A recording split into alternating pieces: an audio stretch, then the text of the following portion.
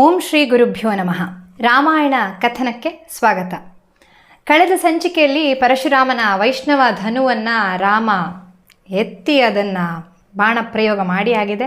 ಈಗೇನಾಗುತ್ತೆ ಅಂತಂದರೆ ಆ ವೈಷ್ಣವ ಧನು ಈಗ ರಾಮನ ಬಳಿ ಇದೆ.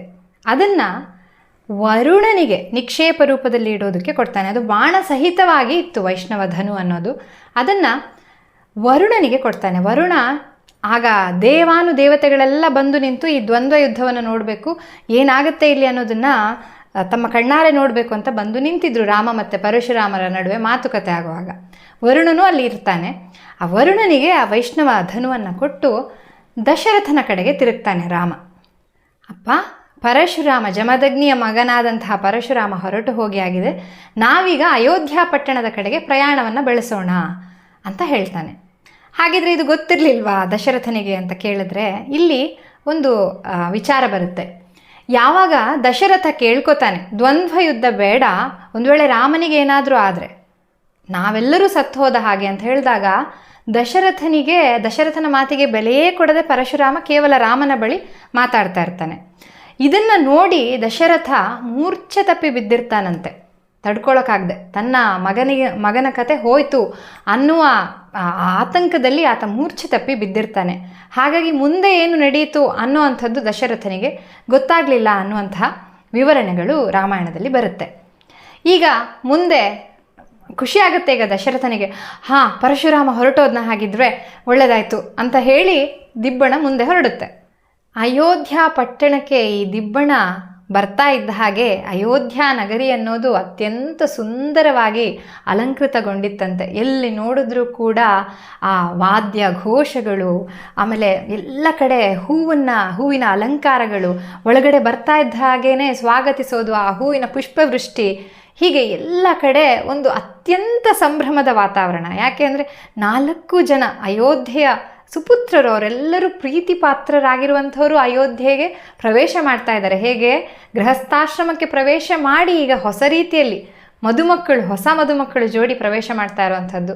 ಅವ್ರನ್ನೆಲ್ಲ ಅತ್ಯಂತ ಖುಷಿಯಿಂದ ಬೀದಿಗಳಲ್ಲೂ ಕೂಡ ಅಯೋಧ್ಯ ನಗರದ ಪ್ರಜೆಗಳು ನಿಂತು ಅವರನ್ನು ಸ್ವಾಗತಿಸ್ತಾ ಇದ್ರಂತೆ.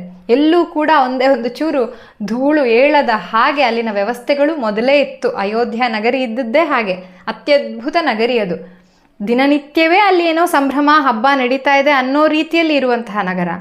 ಈಗ ಮದುವೆ ಆಗಿದೆ ಅಲ್ಲಿನ ರಾಜ ಪುತ್ರರಿಗೆ, ಇನ್ನೆಷ್ಟು ಸಂಭ್ರಮದಿಂದ ಕುಣಿತಾ ಇರಬಹುದಲ್ವಾ ಪ್ರಜೆಗಳು. ಈಗೆಲ್ಲ ಅದೇ ಕಾಣಿಸುತ್ತೆ. ದಿಬ್ಬಣವನ್ನು ಅಷ್ಟು ಖುಷಿಯಿಂದ ಸ್ವಾಗತಿಸ್ತಾರೆ ಎಲ್ಲ ಪ್ರಜೆಗಳು. ಅದಾದ ಮೇಲೆ ಅರಮನೆಗೆ ಪ್ರವೇಶ ಮಾಡ್ತಾರೆ. ಅರಮನೆಗೆ ಪ್ರವೇಶ ಆಗ್ತಾ ಇದ್ದ ಹಾಗೆಯೇ ಅಲ್ಲೂ ಕೂಡ ಏನೀಗ ನಾವು ಮದುಮಕ್ಕಳನ್ನು ಒಳಗಡೆ ಕರ್ಕೊಳ್ಳೋದಕ್ಕೆ ಒಂದಷ್ಟು ವಿಧಿವಿಧಾನಗಳು ಅಂತಿದೆಯಲ್ಲ, ಅದೆಲ್ಲವನ್ನು ಎಲ್ಲ ರಾಣಿಯರು ಸೇರಿ ಮಾಡ್ತಾರೆ. ಕೌಸಲ್ಯ, ಸುಮಿತ್ರೆ, ಕೈಕೇಯಿ, ಹಾಗೆ ಅಂತಃಪುರದಲ್ಲಿದ್ದ ಬೇರೆ ರಾಜ ಮಹಿಳೆಯರು ಇವರೆಲ್ಲ ಸೇರಿ ಸೀತೆ, ಊರ್ಮಿಳೆ, ಮಾಂಡವಿ, ಶ್ರುತಕೀರ್ತಿಯರನ್ನು ಸ್ವಾಗತಿಸ್ತಾರೆ. ಅಲ್ಲೂ ಕೂಡ ಒಂದಷ್ಟು ಹೋಮಗಳು ನಡೆಯುತ್ತೆ. ಹಾಗೆ ದೇವಸ್ಥಾನಕ್ಕೆ ಹೋಗಿ ಎಲ್ಲರೂ ಕೂಡ ಪೂಜೆ ಮಾಡ್ಕೊಂಡು ಬರ್ತಾರೆ. ಹೀಗೆ ಒಂದಷ್ಟು ಏನು ವಿಧಿವಿಧಾನಗಳೆಲ್ಲ ಆಗಬೇಕಲ್ಲ ಅದೆಲ್ಲ ನಡೆಯುತ್ತೆ. ಅದಾದ ಮೇಲೆ ರಾಮ, ಲಕ್ಷ್ಮಣ, ಭರತ, ಶತ್ರುಘ್ನರು ಸೀತೆ, ಊರ್ಮಿಳೆ, ಮಾಂಡವಿ, ಶ್ರುತಕೀರ್ತಿಯರ ಜೊತೆಗೆ ಅವರಿಗೋಸ್ಕರ ನಿರ್ಮಿಸಿದ್ದಂತಹ ಪ್ರತ್ಯೇಕವಾದಂತಹ ಅರಮನೆಗಳಿಗೆ ತೆರಳಿ ಅಲ್ಲಿ ಸುಖವಾಗಿ ಕಾಲವನ್ನು ಕಳೆಯೋಕ್ಕೆ ಆರಂಭಿಸ್ತಾರೆ. ಈಗ ಗೃಹಸ್ಥಾಶ್ರಮಕ್ಕೆ ಕಾಲಿಟ್ಟು ಆಗಿದೆ.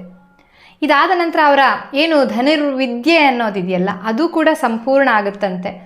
ಆಗಿ ರಾಜ್ಯದ ಪರಿಪಾಲನೆಯ ಕೆಲಸಗಳು ಏನಿರುತ್ತಲ್ಲ ಅದರಲ್ಲಿ ನಿಧಾನವಾಗಿ ತೊಡಗಿಕೊಳ್ಳೋದಕ್ಕೆ ಶುರು ಮಾಡ್ತಾರೆ. ಅತ್ಯಂತ ಪರಾಕ್ರಮಿಗಳಾಗಿರುವಂತಹ 4 ಪುತ್ರರು ಕೂಡ ತಂದೆಯ ಸೇವೆಯನ್ನು ಮಾಡ್ತಾ ಇರ್ತಾರೆ. ಕೆಲವು ದಿನ ಕಳೆಯುತ್ತೆ. ಭರತನನ್ನು ಒಂದು ದಿನ ದಶರಥ ಕರೆದು ಹೇಳ್ತಾನೆ, ಅಲ್ಲಿ ಕೇಕೆಯ ರಾಜ, ಯಾರು ಕೈಕೇಯಿಯ ತಂದೆಯ ರಾಜ್ಯದಿಂದ ಆತನ ಮಗ ಬಂದಿದ್ದಾನೆ, ಯುಧಾಜಿತ ಅಂತ ಹೆಸರು. ಯುಧಾಜಿತ ಭರತನನ್ನು ಅಲ್ಲಿ ಕರ್ಕೊಂಡು ಹೋಗಬೇಕು ಅನ್ನೋ ಉದ್ದೇಶಕ್ಕಾಗಿ ಇಲ್ಲಿ ಬಂದು ನೆಲೆ ನಿಂತಿದ್ದಾನೆ ಈಗ ಸದ್ಯಕ್ಕೆ. ನೀನು ಹಾಗಾಗಿ ಅವನ ಜೊತೆಗೆ ಹೋಗು, ಅಲ್ಲಿ ನಿನಗೋಸ್ಕರ ಕಾಯ್ತಾ ಇದ್ದಾರೆ ಅನ್ನೋದನ್ನು ದಶರಥ ಹೇಳಿದಾಗ ಎಲ್ಲರ ಒಪ್ಪಿಗೆಯನ್ನು ಪಡೆದು ಭರತ ಶತ್ರುಘ್ನನ ಜೊತೆಗೆ ಕೇಕೆಯ ರಾಜ್ಯಕ್ಕೆ ತೆರಳ್ತಾನೆ. ಅಲ್ಲಿ ಕೇಕೆಯ ರಾಜನೂ ಖುಷಿ ಪಡ್ತಾನೆ ಭರತನನ್ನು ನೋಡಿ. ಅವರು ಅಲ್ಲಿ ಒಂದಷ್ಟು ಕಾಲ ಇರ್ತಾರೆ. ಈಗ ಭರತ ಶತ್ರುಘ್ನರು ಕೇಕೆಯ ರಾಜ್ಯಕ್ಕೆ ಹೋದ ನಂತರ ಇಲ್ಲಿ ರಾಮ ಲಕ್ಷ್ಮಣರು ತಮ್ಮ ತಂದೆಯ ಸೇವೆಯನ್ನು ಮಾಡ್ತಾ ಹಾಗೆ ರಾಜ್ಯ ಕಾರ್ಯದಲ್ಲಿ ಭಾಗಿಯಾಗ್ತಾ ಇರ್ತಾರೆ. ನೀತಿಶಾಸ್ತ್ರ ನಿಪುಣರು, ಧನುರ್ವಿದ್ಯೆಯಲ್ಲಿ ಪರಿಣಿತನಾಗಿದ್ದಂತಹ ರಾಮ ಎಲ್ಲ ಶುಶ್ರೂಷೆಗಳನ್ನು ಸೇವೆಗಳನ್ನು ಮಾಡ್ತಾ ಗುರುಗಳಿಗೆ ಹೇಗೆ ಬೇಕೋ ಅವ್ರ ಜೊತೆಗೆ ಹಾಗೆ, ತಂದೆಯ ಜೊತೆಗೆ ಹೇಗೆ ಬೇಕೋ ಹಾಗೆ, ಹಾಗೆ ತನ್ನ ಪತ್ನಿಯ ಜೊತೆಗೆ ಹೇಗಿರಬೇಕೋ ಹಾಗೆ ಇದೆಲ್ಲವನ್ನು ಮಾಡ್ತಾ ಪ್ರಜೆಗಳಿಗೆ ಅತ್ಯಂತ ಪ್ರೀತಿಯವನಾಗಿ ಇದ್ದಂತಹ ರಾಮ. ರಾಮ ಯಾರ ವಿಷಯದಲ್ಲಿಯೂ ಕೂಡ ಔದಾಸೀನ್ಯವನ್ನು ತೋರದೆ ಅತ್ಯಂತ ಚುರುಕಿನಿಂದ ಎಲ್ಲ ಕೆಲಸವನ್ನು ಮಾಡ್ತಾ ಇದ್ದವನು. ಇಂತಹ ರಾಮ ಈಗ ಮದುವೆ ಆಗಿದೆ. ಸೀತೆಯ ಜೊತೆಗೆ ರಾಮನ ಸಂಬಂಧ ಹೇಗಿತ್ತು ಅನ್ನುವ ವಿವರಣೆ ಬರುತ್ತೆ. ಈ ರಾಮ ಸೀತೆಯರ ಸಂಬಂಧ ಹೇಗಿತ್ತು, ಎಷ್ಟು ಅನ್ಯೋನ್ಯವಾಗಿತ್ತು ಅನ್ನೋದನ್ನು ರಾಮಾಯಣದಲ್ಲಿ ವಾಲ್ಮೀಕಿಯವರು ವಿವರಿಸ್ತಾ ಹೋಗ್ತಾರೆ. ಸೀತೆಯಲ್ಲಿಯೇ ನೆಟ್ಟ ಮನಸ್ಸುಳ್ಳವನಾಗಿದ್ದಂತೆ ರಾಮ, ನಿಶ್ಚಲ ಮನಸ್ಸುಳ್ಳವನಾಗಿದ್ದಂತಹ ರಾಮ ಸೀತೆಯ ಹೃದಯದಲ್ಲಿ ಮೂರ್ತಿಮತ್ತಾಗಿ ನೆಲೆಸಿದ್ದಂತೆ.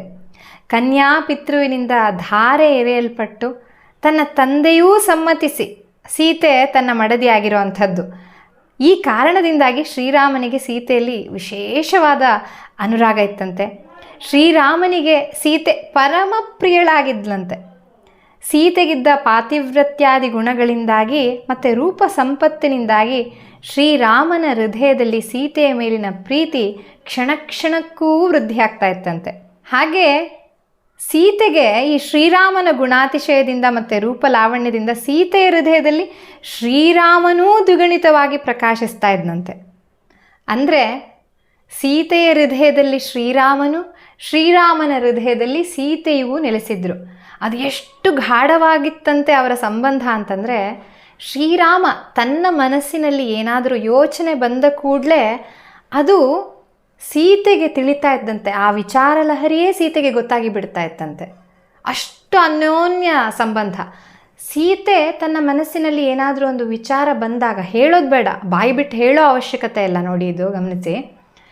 ಸೀತೆಯ ಮನಸ್ಸಿನಲ್ಲಿ ಒಂದು ವಿಚಾರ ಬಂತು ಅಂತಂದರೆ ಅದು ನೇರವಾಗಿ ರಾಮನಿಗೆ ತಿಳಿತಾ ಇತ್ತಂತೆ. ಅಂತಹ ಸಂಬಂಧ ಅವ್ರದ್ದಿಬ್ಬರದ್ದು ಕೂಡ. ಅವರ ಅನ್ಯೋನ್ಯತೆ, ಅವರ ಆ ಬಂಧ ಹೇಗಿತ್ತು ಅಂದರೆ ಮನಸ್ಸಿನಲ್ಲಿ ಹುಟ್ಟಿದ ಭಾವನೆಯನ್ನೇ ಅರ್ಥ ಮಾಡ್ಕೋತಿದ್ರು, ಬಾಯಲ್ಲಿ ಆಡದೆ. ಕೆಲವೊಂದು ಸರಿ ನಾವು ಬಾಯಲ್ಲಿ ಆಡಿ ಆ ಮೆಸೇಜಲ್ಲಿ ಕಳಿಸಿ ಎಷ್ಟು ದೊಡ್ಡದಾಗಿ ಹೇಳಿದ್ರು ಕೆಲವೊಂದು ಸರಿ ಎದುರುಗಡೆ ಇರೋರಿಗೆ ಅರ್ಥ ಆಗಲ್ಲ. ಕೇವಲ ಗಂಡ ಹೆಂಡತಿ ಸಂಬಂಧ ಅಂತಲ್ಲ. ಅಂಥದ್ರಲ್ಲಿ ಅವರ ಅನ್ಯೋನ್ಯತೆಯ ಮಟ್ಟ ಎಷ್ಟು ಗಾಢವಾಗಿತ್ತು ಅಂತಂದರೆ ಮನಸ್ಸಲ್ಲಿ ಯೋಚನೆ ಬಂದರೆ ಸಾಕು ಗೊತ್ತಾಗ್ತಾ ಇತ್ತು. ಇಂತಹ ಅನ್ಯೋನ್ಯ ಸಂಬಂಧದಲ್ಲಿದ್ದ ಸೀತೆ ರಾಮರು. ಸೀತೆ ಸ್ವತಃ ಮಹಾಲಕ್ಷ್ಮಿಯ ಅಂತೆ ಕಾಣ್ತಾ ಇದ್ಲಂತೆ. ರೂಪ ಲಾವಣ್ಯಗಳಲ್ಲಿ ಆಕೆ ಅಪ್ರತಿಮ ಸುಂದರಿ. ಅಂತಹ ಮಹಾಲಕ್ಷ್ಮಿಯ ಜೊತೆಗಿದ್ದ ಮಹಾವಿಷ್ಣುವಿನಂತೆ ರಾಮ ಸೀತೆಯರು ಅಯೋಧ್ಯೆಯಲ್ಲಿ ಸುಖವಾಗಿ ಇದ್ದರು. 12 ವರ್ಷಗಳ ಕಾಲ ಅವರು ಆ ಥರ ಜೊತೆಗೇ ಇದ್ದರು ಅನ್ನುವ ವಿವರದ ಜೊತೆಗೆ ಬಾಲಕಾಂಡ ಮುಗಿಯುತ್ತೆ. ಮುಂದೆ ಅಯೋಧ್ಯಾಕಾಂಡ ಆರಂಭ ಆಗುತ್ತೆ. ಅಯೋಧ್ಯಾಕಾಂಡದ ಕಥೆಯ ಜೊತೆಗೆ ಮುಂದಿನ ರಾಮಾಯಣ ಕಥನದಲ್ಲಿ ಭೇಟಿಯಾಗೋಣ. ಜೈ ಶ್ರೀರಾಮ್.